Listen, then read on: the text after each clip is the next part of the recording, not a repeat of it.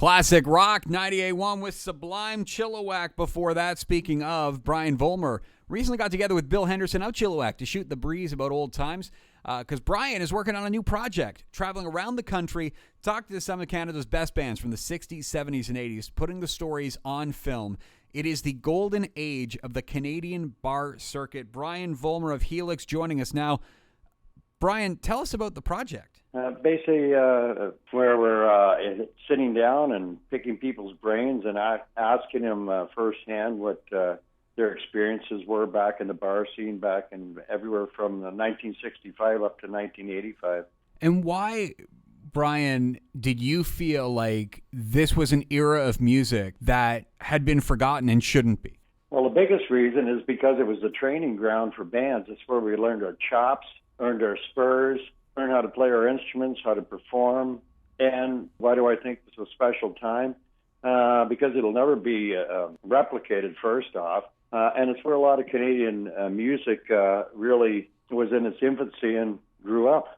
Also, we developed a lot of friendships over those years. Those people now are all grown up. They're in different positions in society. Some of them, like John Donnelly that we found out here. John went from Queen City Kids, and now he's working for the Vancouver Transit Authority with a major project building a computerized topographical map for the transit system here in Vancouver. Plus, he helps run the PNE, which is the Pacific National Exhibition. So a lot of these people have ended up in very, I should say, affluent positions in society, largely because they all had a strong work ethic. And you've had a chance to, you've gone through the Rolodex, you've talked to members from Trooper, from Prism, Bill Henderson of Chilliwack, Frank Soda, among others. Have you learned anything? Have you heard stories that you hadn't heard before? Oh, lots of stories.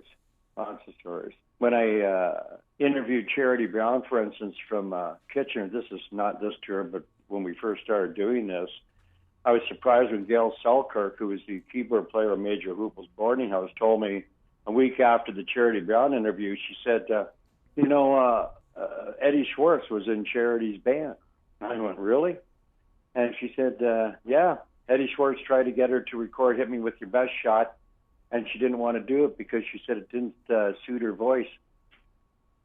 Oh, man. And there's all a connection. It's like a web of people. Everybody kind of knows each other. And I found when I started talking to people, I go down one road, and then it leads to 6 more stories I didn't know about. It sounds like an incredible project, Brian. How can people stay in touch? How can people get updates on it? Well, first off, we want to start a Patreon site, and for people that aren't familiar with Patreon, it comes from the word patron, like patron of the arts, where the aristocracy used to put money into artists so they could develop their art. And at the end of it all, we're going to put together, I'm going to write a book once I get all the information. And as I said before, we're filming.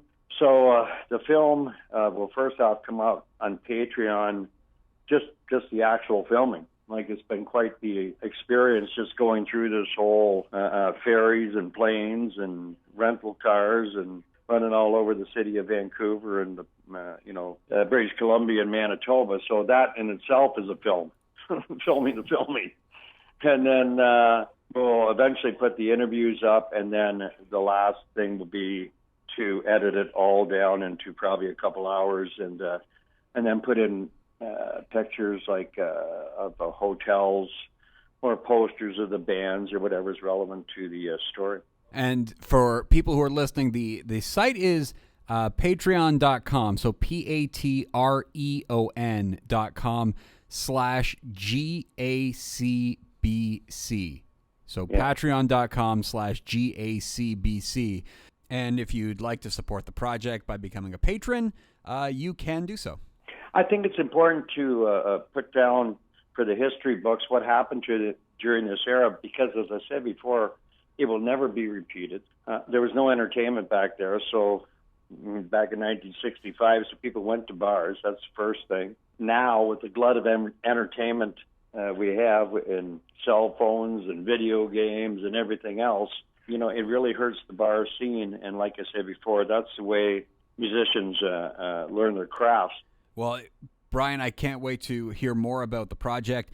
For those interested, you can go to patreon.com/GACBC or just text the word Helix, Helix, to the Unlimited Home Theater Rock line, 519-679-3733. We'll send you the link. We'll make it super easy for you. Just text us the word Helix.